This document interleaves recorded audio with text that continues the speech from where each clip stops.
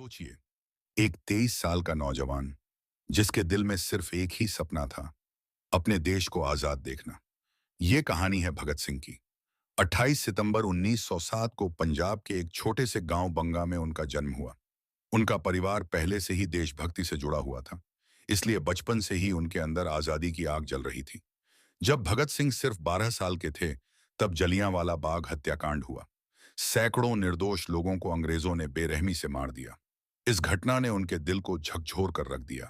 कहते हैं कि भगत सिंह उस जगह की मिट्टी अपने साथ घर ले आए थे, ताकि वो कभी इस दर्द को भूल न सकें। धीरे धीरे उनका गुस्सा और उनका जुनून बढ़ता गया। वे सिर्फ पढ़ाई तक सीमित,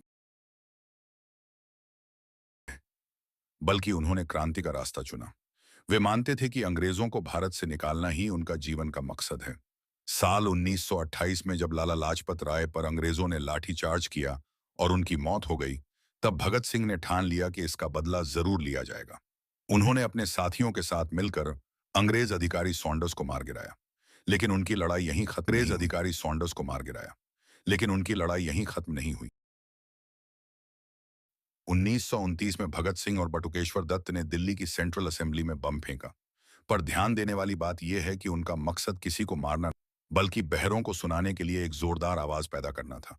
बम फेंकने के बाद वे भागे नहीं, बल्कि खुद ही गिरफ्तारी दे दी। जेल में भी उनका संघर्ष जारी रहा। उन्होंने भूख हड़ताल की, ताकि भारतीय कैदियों के साथ हो रहे भेदभाव के खिलाफ आवाज उठाई जा सके। उनकी यह हिम्मत पूरे देश के लिए प्रेरणा बन गई। आखिरकार वो दिन आ ही गया, 23 मार्च 1931, जब भगत सिंह, राजगुरु और सुखदेव को फांसी दी गई। उस समय भगत सिंह की उम्र सिर्फ 23 साल थी, लेकिन जाते जाते वो पूरी दुनिया को यह दिखा गए कि असली ताकत बंदूक में नहीं, बल्कि हिम्मत, सोच और बलिदान की है।